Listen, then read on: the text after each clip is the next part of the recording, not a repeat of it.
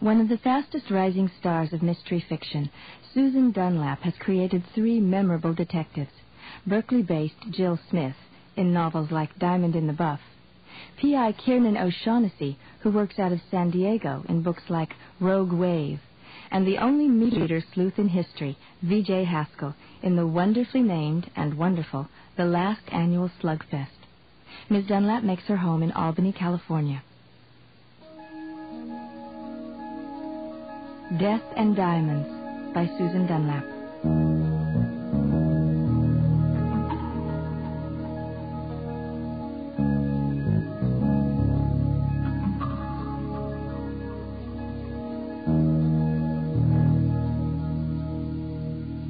The thing I like most about being a private investigator is the thrill of the game.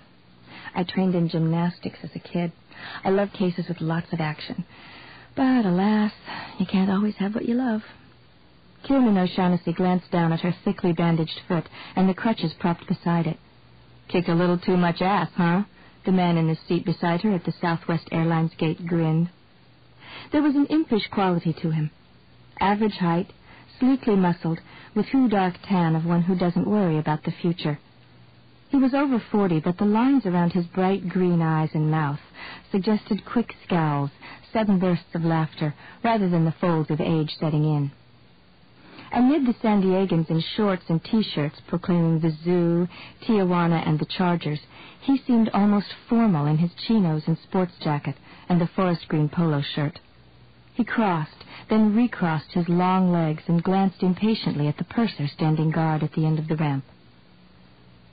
The Gate 10 waiting area was jammed with tanned families ready to fly from sunny San Diego to sunnier Phoenix. The rumble of conversations was broken by children's shrill whines and exasperated parents barking their names in warning. "We are now boarding all passengers for Southwest Airlines Flight 1244 to Oakland through Gate 9. A mob of the Oakland-bound crowded closer to their gate, clutching their blue plastic boarding passes. Beside Kiernan, the man... But there was a twinkle in his eyes. "Lucky them. I hate waiting around like this. It's not something I'm good at. One of the reasons I like flying Southwest is their open seating. If you move fast, you can get whatever seat you want." "Which seat is your favorite?" 1B or 1C, so I can get off fast, if they ever let us on." The Phoenix-bound flight was half an hour late. With each announcement of a Southwest departure to some other destination, the level of grumbling in the Phoenix-bound area had grown till the air seemed thick with frustration, and at the same time old and overused, as if it had held just enough oxygen for the scheduled waiting period, and now, half an hour later, served only to dry out noses and to make throats raspy and tempers short. The loudspeaker announced the Albuquerque flight was ready for boarding. A woman in a rhinestone-encrusted denim jacket raced past them toward the Albuquerque gate. Rhinestones. Hardly diamonds, but close enough to bring the picture of Melissa Jessup to Kiernan's mind. When she'd last seen her, Melissa Jessup had been dead 6 months, beaten and stabbed, her corpse left outside to decompose. Gone were her mother's diamonds, the diamonds her mother had left her as security. Melissa hadn't been able to bring herself to sell them, even to finance her escape from a life turned fearful and the man who preferred them to her.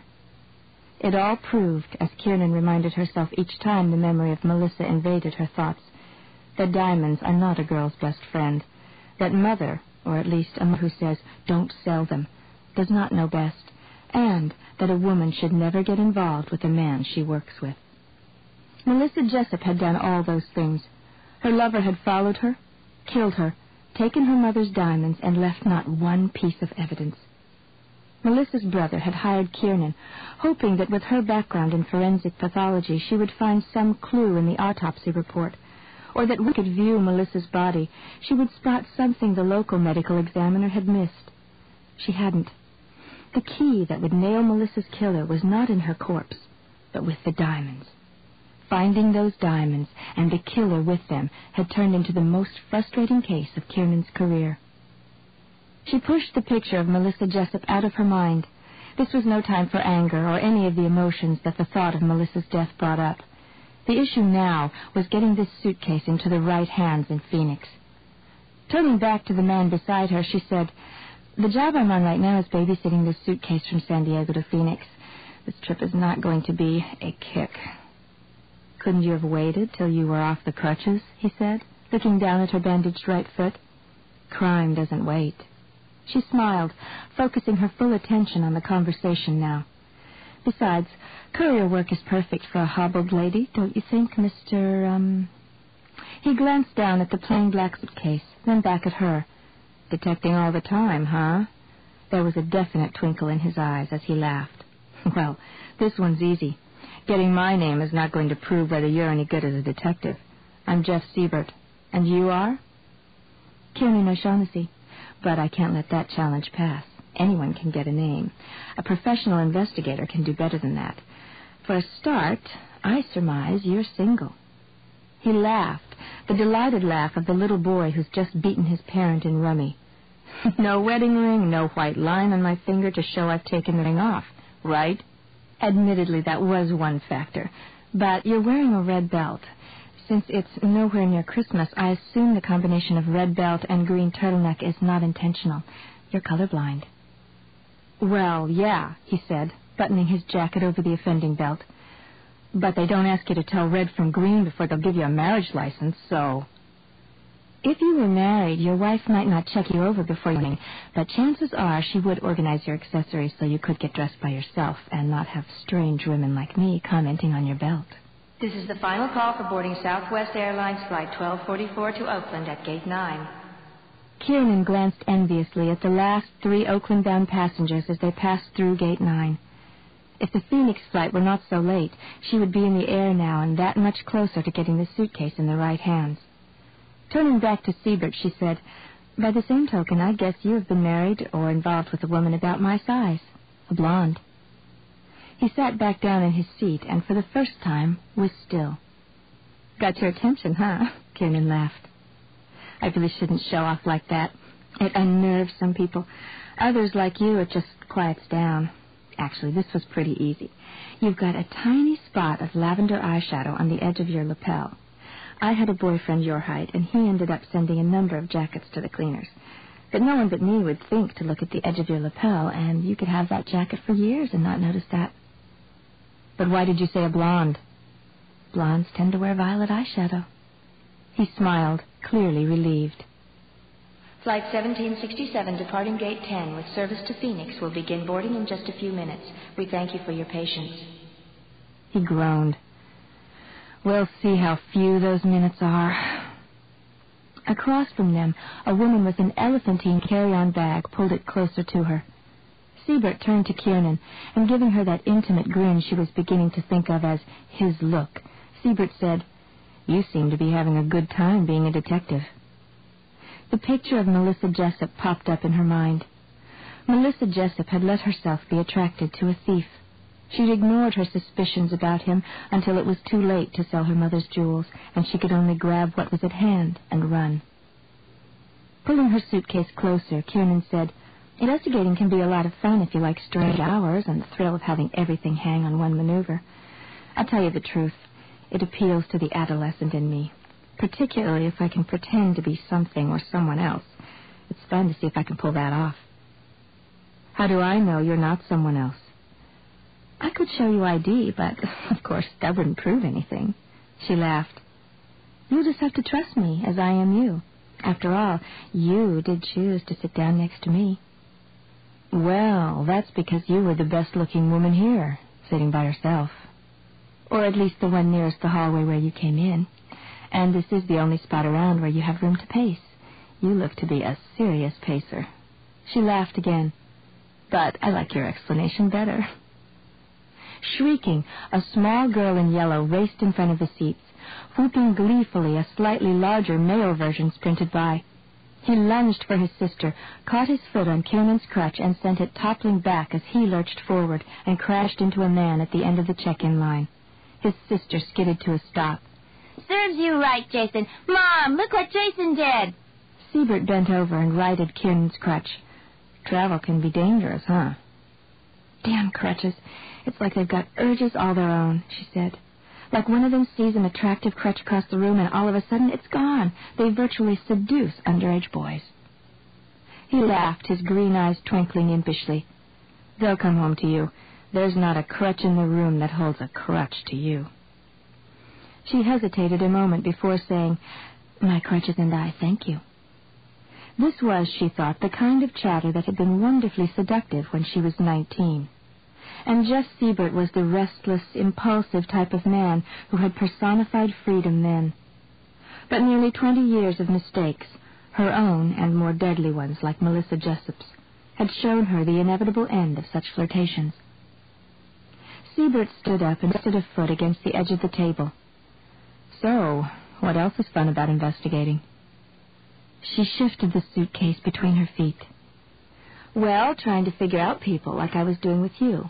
A lot is common sense, like assuming that you are probably not a patient driver. Perhaps you've passed in a no-passing zone or even have gotten a speeding ticket?" He nodded abruptly.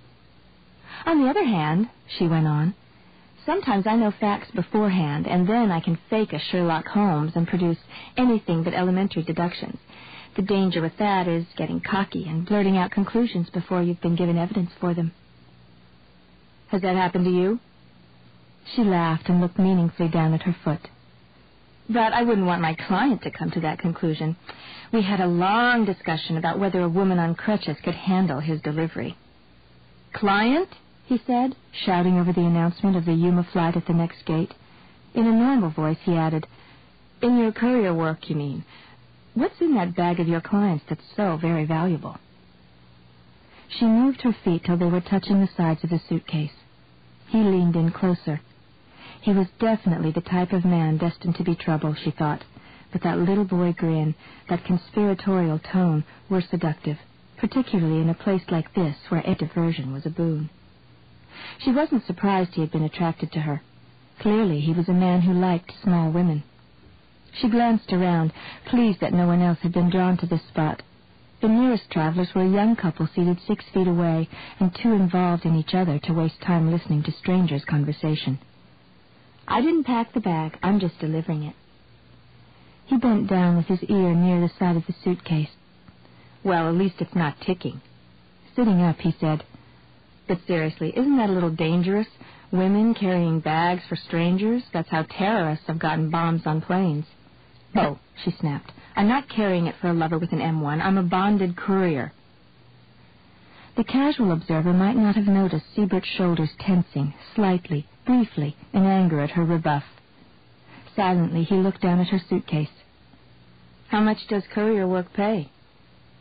"Not a whole lot, particularly compared to the value of what I have to carry. But then there's not much work involved. The chances of theft are minuscule, and I do get to travel. Last fall, I drove a package up north. That was a good deal, since I had to go up there anyway to check motel registrations in a case I'm working on. It took me a week to do the motels, and then I came up empty.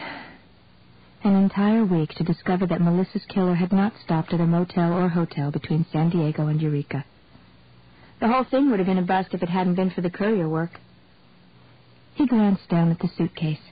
She suspected he would have been appalled to know how visible was his covetous look. Finally, he said, "What was in that package, the one you delivered?" She glanced over at the young couple. No danger from them. Still, Kiernan lowered her voice. "Diamonds. Untraceable. That's really the only reason to go to the expense of hiring a courier." "Untraceable, huh?" he said, grinning. "Didn't you even consider taking off over the border with them?" "Maybe," she said slowly. "If I had known they were worth enough to set me up for the rest of my actuarial allotment, I might have." We will begin pre-boarding Southwest Airlines Flight 1767 with service to Phoenix momentarily. Please keep your seats until pre-boarding has been completed.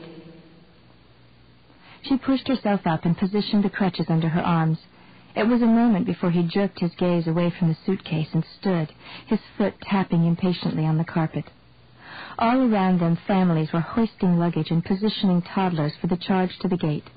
He sighed loudly. "I hope you're good with your elbows." She laughed and settled back on the arm of the seat. His gaze went back to the suitcase. He said, "I thought couriers were handcuffed to their packages." "You've been watching too much TV." She lowered her voice. "Handcuffs play havoc with the metal detector, The last thing you want in this business is buzzers going off and guards racing in from all directions. I go for the low-key approach. Always keep the suitcase in sight. Always be within lunging range. He took a playful swipe at it. What would happen if, say, that bag were to get stolen? Stolen? She pulled the suitcase closer to her. Well, for starters, I wouldn't get a repeat job. If the goods were insured, that might be the end of it. But if it were something untraceable, she glanced at the suitcase. It could be a lot worse. With a grin that matched his own, she said, "You're not a thief, are you?" He shrugged. "Do I look like a thief?" "You look like the most attractive man here." She paused long enough to catch his eye. Of course, looks can be deceiving. She didn't say it, but she could picture him pocketing a necklace carelessly left in a jewelry box during a big party, or a Seiko watch from under a poolside towel. She didn't imagine him planning a heist, but just taking what came his way. Returning her smile, he said, "When you transport something that can't be traced, don't they even provide you a backup?" "No, I'm a professional. I don't need backup." "But with your foot like that?" "I'm good with the crutches. And besides, the crutches provide camouflage. Who'd think a woman on crutches carrying a battered suitcase had anything worth Watch out! The little girl and her brother are loose again." She pulled her crutches closer as the duo raced through the aisle in front of them. We are ready to begin boarding Southwest Airlines flight number 1767 to Phoenix. Any passengers traveling with small children or those needing a little extra time may begin boarding now. The passengers applauded. It was amazing, she thought, how much sarcasm could be carried by a nonverbal sound. She leaned down for the suitcase. "Pre-boarding, that's me." "Are you going to be able to handle the crutches and the suitcase?" he asked. "You're really fascinated with this bag, aren't you?" "Guilty," he grinned. "Should I dare to offer to carry it, I'd stay within lunging range." She hesitated. In the aisle, a woman in cerise shorts, carrying twin bags, herded twin toddlers toward the gate. Ahead of her, an elderly man leaned precariously on a cane. The family with the boy and girl were still assembling luggage. He said, "You'd be doing me a big favor letting me pre-board with you. I like to cadge a seat in the first row on the aisle." "The seat for the guy who can't wait?" "Right, but I got here so late that I'm in the last boarding group. I'm never going to snag 1B or 1C. So help me out, I promise," he said, grinning. "I won't steal." Well, I wouldn't want my employee this. I assured him I wouldn't need any help. But, she shrugged. "No time to waver now. There's already a mob of pre-boarders ahead of us." He picked up the bag. "Some heavy diamonds." "Good camouflage, don't you think?" "Of course, not everything's diamonds." "Just something untraceable?" She gave him half a wink. "It may not be untraceable. It may not even be valuable." "And you may be just a regular mail carrier," he said, starting toward the gate. She swung after him. The crutches were no problem, and the thickly taped right ankle looked worse than it was. Still, it made things much smoother to have Siebert carrying the suitcase. If the opportunity arose, he might be tempted to steal it, but not in a crowded gate at the airport with guards and airline personnel around. He moved slowly, staying right in front of her, running interference. As they neared the gate, a blond man carrying a jumpy toddler hurried in front of them. The gate phone buzzed. The airline rep picked it up and nodded at it. To the blond man and the elderly settled in behind him, Kiernan and Siebert, he said, "Sorry, folks, the cleaning crew's a little slow. It'll just be a minute." Siebert's face scrunched in anger. "What's cleaning crew a euphemism for? A tire fell off and they're looking for it. They've spotted a crack in the engine block and they're trying to figure out if they can avoid telling us?" Kiernan laughed. "I'll bet people don't travel with you twice." He laughed. "I just hate being at someone else's mercy. But since we're going to be standing here a while, why don't you do what you love more than diamonds, investigator? Tell me what you've deduced about me." "Like reading your palm?" The crutches poked into her armpits. She shifted them back, putting more weight on her bandaged foot. Slowly she surveyed his lanky body, his thin, agile hands, con man's hands that were never quite still, always past ready, coming out of set. "Okay, you're traveling from San Diego to Phoenix on the Friday evening flight, so chances are you were here on business. But you didn't have on cowboy boots or a Stetson. You're tan, but it's not that dry tan you get in the desert. In fact, you could pass for a San Diegan. I would have guessed that you travel for a living, but you're too impatient for that. And if you'd taken this flight once or twice before, you wouldn't be surprised that it's late. You'd have a report to read or a newspaper. No, you do something where you don't take orders and you don't put up with much. She grinned. How's that? That's pretty elementary, Sherlock, he said with only a slight edge to his voice. He tapped his fingers against his leg. But all in all, he looked only a little warier than any other person in the waiting area would as his secrets were unveiled. Southwest Airlines flight number 1767 with service to Phoenix is now ready for pre-boarding. Okay, folks, the gate attendant called. Sorry for the delay. The man with the jittery toddler thrust his boarding pass at the gate attendant and strode down the ramp. The child screamed. The elderly couple moved haltingly, hoisting and readjusting their open sacks with each step. A family squeezed in front of them, causing the old man to stop dead and move his bag to the other shoulder. Siebert shifted from foot to foot. Stretching up to whisper in his ear, Kiernan said, "It would look bad if you shoved the old people out of your way." "How bad?" he muttered, grinning, then handed his boarding pass to the attendant. As she surrendered hers, she said to Siebert, "Go ahead, hurry. I'll meet you in 1C and D." "Thanks." He patted her shoulder. She watched him stride down the empty ramp. His tan jacket had caught on one hip as he balanced her suitcase and his own. But he neither slowed his pace nor made an attempt to free the jacket. Clutching tight to her suitcase, he hurried around the elderly couple, moving with the strong stride of a hiker. By the time she got down the ramp, the elderly couple and a family with 2 toddlers and an infant that sucked loudly on a pacifier crowded behind Siebert. Kiernan watched irritably as the stewardess eyed first Siebert, then her big suitcase. The head stewardess has the final word on carry-on luggage, she knew. With all the hassle that was involved with this business anyway, she didn't want to add a confrontation with the stewardess. She dropped the crutches and banged backward into the wall, flailing for purchase as she slipped down to the floor. The stewardess caught her before she hit bottom. "Are you okay?" "Embarrassed," Kiernan said truthfully. She hated to look clumsy, even if it was an act, even if it allowed Siebert and her suitcase to get on the plane unquestioned. "I'm having an awful time getting used to these things." "You sure you're okay? Let me help you up," the stewardess said. "I'll have to keep your crutches in the hanging luggage compartment up front while we're in flight, but you go ahead now. I'll come and get them from you." "That's okay. I'll leave them there and just sit in one of the front seats," she said, taking the crutches and swinging herself on board the plane. From the luggage compartment, it took only one long step on her left to get to row 1. She swung around Siebert, who was hoisting his own suitcase into the overhead bin beside hers, and dropped into seat 1D by the window. The elderly couple was settling into seats 1A and 1B. In another minute, Southwest would call the first 30 passengers, and the herd would stampede down the ramp, stuffing approved carry-ons in overhead compartments and grabbing the 30 most prized seats. "That was a smooth move with the stewardess," Siebert said as he settled into his coveted aisle seat. "That suitcase is just about the limit of what they'll let you carry on. I've had a few hassles. I could see this one coming. And I suspected that you," she patted his arm, "were not the patient person to deal with that type of problem. You moved around her pretty smartly yourself. I'd say that merits a drink from my client."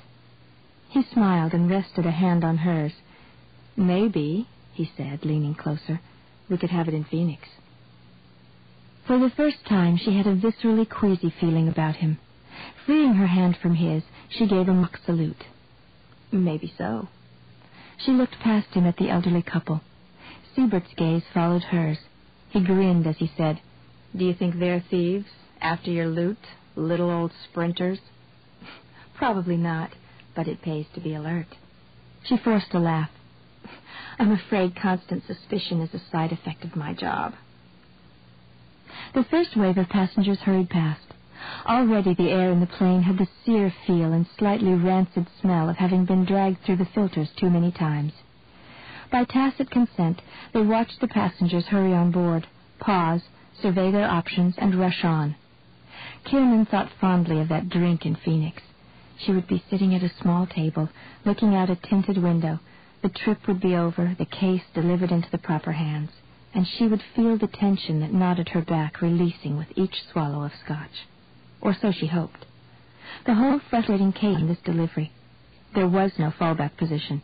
If she screwed up, Melissa Jessup's murderer disappeared. That tension was what normally made the game fun, but this case was no longer a game. This time, she had allowed herself to go beyond her regular rules, to call her former colleagues from the days when she had been a forensic pathologist, looking for some new test that would prove culpability. She had hoped the lab in San Diego could find something. They hadn't.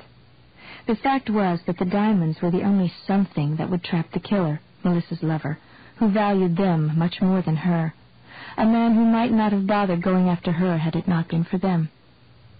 Affairs might be brief, but diamonds, after all, are forever. They would lead her to the murderer's safe house and the evidence that would tie him to Melissa, if she was careful. She shoved the tongue of the seatbelt into the latch and braced her feet as the plane taxied toward the runway. Siebert was tapping his finger on the armrest.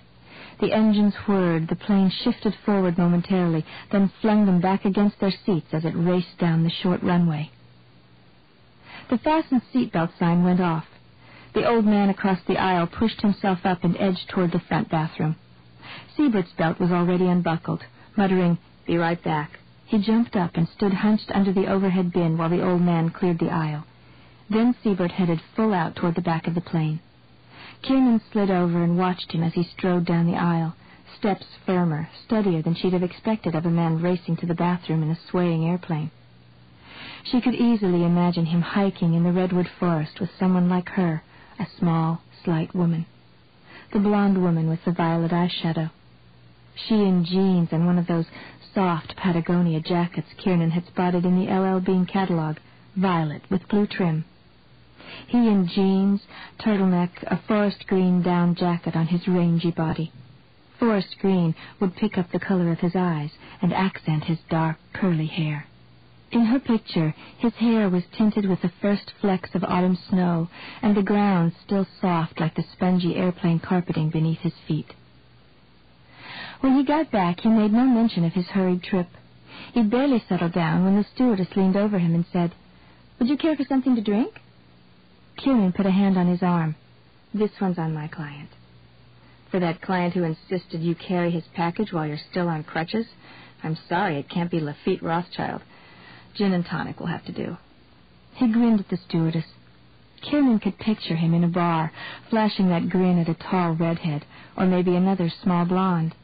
She could imagine him with the sweat of a San Diego summer still on his brow, his skin brown from too many days at an ocean beach that is too great a temptation for those who grab their pleasures. "Scotch and water," Kiernan ordered. To him she said, "I noticed that while I'm the investigator, it's you who are asking all the questions. So, what about you? What do you do for a living?" "I quit my job in San Diego and I'm moving back to Phoenix, so I'm not taking the first Friday night flight to get back home. I'm taking it to get to my new home. I had good times in San Diego. The beach, the sailing, Balboa Park. When I came there a couple of years ago, I thought I'd stay forever. But the draw of the desert is too great. I miss the red rock of Sedona, the pines of the Mogollon Rim, and the high desert outside Tucson." He laughed. Too much soft California life. It was easy to picture him outside of Cholo on the Mogollon Rim, with the pine trees all around him, some chopped for firewood, the axe lying on a stump, a shovel in his hand, or in a cabin near Sedona, lifting a hatch in the floorboards. The stewardess brought the drinks and the little bags of peanuts, giving Jeff Siebert the kind of smile Kiernan knew would have driven her crazy had she been his girlfriend. How often had that type of thing happened? Had his charm brought that reaction so automatically that for him it had seemed merely the way women behave? Had complaints from a girlfriend seemed at first unreasonable, then melodramatic, then infuriating? He was an impatient man, quick to anger. Had liquor made it quicker, as the rhyme said? And the prospect of unsplit profits salved his conscience. He poured the little bottle of gin over the ice and added tonic. "Cheers." She touched glasses, then drank. "Are you going to be in Phoenix long?" "Probably not. I've come into a little money, and I figure I'll just travel around, sort of like you do, find someplace I like." "So we'll just have time for our drink in town, then." He rested his hand back on hers. Well, now I may have reason to come back in a while. Or to San Diego. I just need to cut loose for a while. He forced her to remain still, not to cringe at his touch. Cut loose. What an apt term for him to use. She pictured his sun-browned hand wrapped around the hilt of a chef's knife, working it up and down, cutting across pink flesh till it no longer looked like flesh, till the flesh mixed with the blood and the organ tissue, till the knife cut down to the bone and the metal points stuck in the breastbone. She pictured Melissa Jessup's blonde hair pink from the blood. She didn't have to picture her body lying out in the woods outside Eureka in Northern California. She had seen photos of it. She didn't have to imagine what the cracked ribs and broken clavicle and the sternum marked from the knife point looked like now. Jeff Siebert had seen that too, and had denied what Melissa's brother and the Eureka sheriff all knew in their hearts but could not prove, that Melissa had not gone to Eureka camping by herself as he'd insisted, but had only stopped overnight at the campground she and Jeff had been to the previous summer because she had no money and hadn't been able to bring herself to sell the diamonds her mother had left her. Instead of a rest on the way to freedom, she'd found Siebert there. Now Siebert was flying to Phoenix to vanish. He'd pick up Melissa's diamonds wherever he'd stashed them, and he'd be gone. "What about your client?" he asked. "Will he be meeting you at the airport?" "No, no one will meet me. I'll just deliver my goods to the van, collect my money, and be free. What about you?" "No, no one's waiting for me either. At least I'll be able to give you a hand with that bag. There's no ramp to the terminal in Phoenix. You have to climb down to the tarmac there. Getting down those metal steps with a suitcase and 2 crutches would be a real balancing act." All she had to do was get it into the right hands. She shook her head. "Thanks, but I'll have to lug it through the airport just in case. My client didn't handcuff the suitcase to me, but he does expect I'll keep hold of it." He grinned. "Like you said, you'll be in lunging range all the time." "No," she said firmly. "I appreciate your offer, Jeff. The bag weighs a ton, but I'm afraid it's got to be in my hand." Those green eyes of his that had twinkled with laughter narrowed, and his lips pressed together. "Okay," he said slowly. Then his face relaxed, almost back to that seductively impish smile that once might have charmed her, as it had Melissa Jessup. "I want you to know that I'll still find you attractive, even if the bag yanks your shoulder out of its socket." He gave her hand a pat, then shifted in his seat so his upper arm rested next to hers. The stewardess collected the glasses. The plane jolted and began its descent. Kiernan braced her feet. Through his jacket, she felt the heat of his arm, the arm that had dug that chef's knife into Melissa Jessup's body. She breathed slowly and did not move. To Kiernan, he said, "There's a great bar right here in Sky Harbor Airport, the Sky Lounge. Shall we have our drink there?" She nodded, her mouth suddenly too dry for speech. The plane bumped down, and in a moment the aisles were jammed with passengers, ignoring the stewardess's entreaty to stay in their seats. Siebert stood up and pulled his bag out of the overhead compartment and then lifted hers onto his empty seat. "I'll get your crutches," he said, as the elderly man across the aisle pushed his way out in front of him. Siebert shook his head. Picking up both suitcases, he maneuvered around the man and around the corner to the luggage compartment. Siebert had taken her suitcase. "You don't need to take both suitcases to pick up the crutches." Kiernan stared after him, her shoulders tensing, her hands clutching the armrests. Her throat was so constricted she could barely breathe. For an instant she shared the terror that must have paralyzed Melissa Jessup just before he stabbed her. "Jeff!" she called after him, a trace of panic evident in her voice. He didn't answer her. Instead, she heard a great thump, then him muttering and the stewardess were placating. The airplane door opened. The elderly man moved out into the aisle in front of Kiernan, motioning his wife to go ahead of him. Then they moved slowly toward the door. Kiernan yanked the bandage off her foot, stepped into the aisle. "Excuse me," she said to the couple. Pushing by them as Siebert had so wanted to do, she rounded the corner to the exit. The stewardess was lifting up a garment bag. 4 more bags lay on the floor. So that was the thump she'd heard. A crutch was beside them. She half heard the stewardess's entreaties to wait, her mutterings about the clumsy man. She looked out the door down onto the tarmac. Jeffrey Siebert and the suitcase were gone. In those few seconds, he had raced down the metal steps and was disappearing into the terminal. By the time she could make it to the Sky Lounge, he would be halfway to Show Low or Sedona. Now she felt a different type of panic. This wasn't in the plan. She couldn't lose Siebert. She jumped over the bags, grabbed one crutch, hurried outside to the top of the stairs, and thrust the crutch across the handrails behind to make a seat. As the crutch slid down the railings, she kept her knees bent high into her chest to keep from landing and bucking forward onto her head. Instead, the momentum propelled her on her feet as it had in gymnastics. In those routines, she'd had to fight the momentum. Now she went with it and ran full out. She ran through the corridor toward the main building, pushing past businessmen, between parents carrying children. Siebert would be running ahead, but no one would stop him, not in an airport. People run through airports all the time. Beside the metal detector, she saw a man in a tan jacket. Not him. By the luggage pickup, another look-alike. She didn't spot him till he was racing out the door to the parking lot. Siebert ran across the roadway. A van screeched to a halt.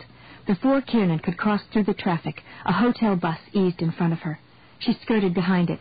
She could sense a man following her now, but there was no time to deal with that. Siebert was halfway down the lane of cars. Bent low, she ran down the next lane, the hot, dusted air drying her throat. By the time she came abreast of Siebert, he was in a light blue Chevy pickup backing out of the parking slot. He hit the gas and, wheels squealing, drove off. She reached toward the truck with both arms. Siebert didn't stop. She stood watching as Jeffrey Siebert drove off into the sunset. There was no one behind her as she sauntered into the terminal to the Sky Lounge. She ordered the 2 drinks Siebert had suggested, and when they came, she tapped her glass on his and took a drink from Melissa Jessup. Then she swallowed the rest of the drink in 2 gulps. By this time, Jeff Siebert would be on the freeway. He'd be fighting to stay close to the speed limit, balancing his thief's wariness of the highway patrol against his gnawing urge to force the lock on the suitcase. Jeffrey Siebert was an impatient man, a man who had nevertheless made himself wait nearly a year before leaving California. His stash of self-control would be virtually empty. He would wait a while before daring to stop. Then he'd jam a knife between the top and bottom of the suitcase, pry and twist it till the case fell open. He would find diamonds. More diamonds. Diamonds to take along while he picked up Melissa Jessup's from the spot where he'd hidden them. She wished Melissa Jessup could see him when he compared the 2 collections and realized the new ones he'd stolen were fakes. She wished she herself could see his face when he realized that a woman on crutches had made it out of the plane in time to follow him to point out the blue pickup truck. Kiernan picked up Jeff's glass and drank more slowly. How sweet it would be if Melissa could see that grin of his fade as the surveillance team surrounded him, drawn by the beepers concealed in those fake diamonds. He'd be clutching the evidence that would send him to jail. Just for life, not forever. As Melissa could have told him, only death and diamonds are forever.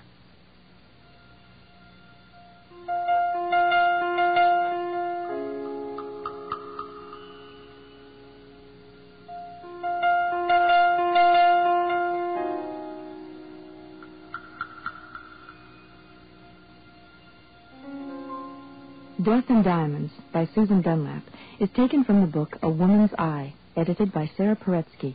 Narration by Laurie Holt. Music by Craig Harris. All rights reserved.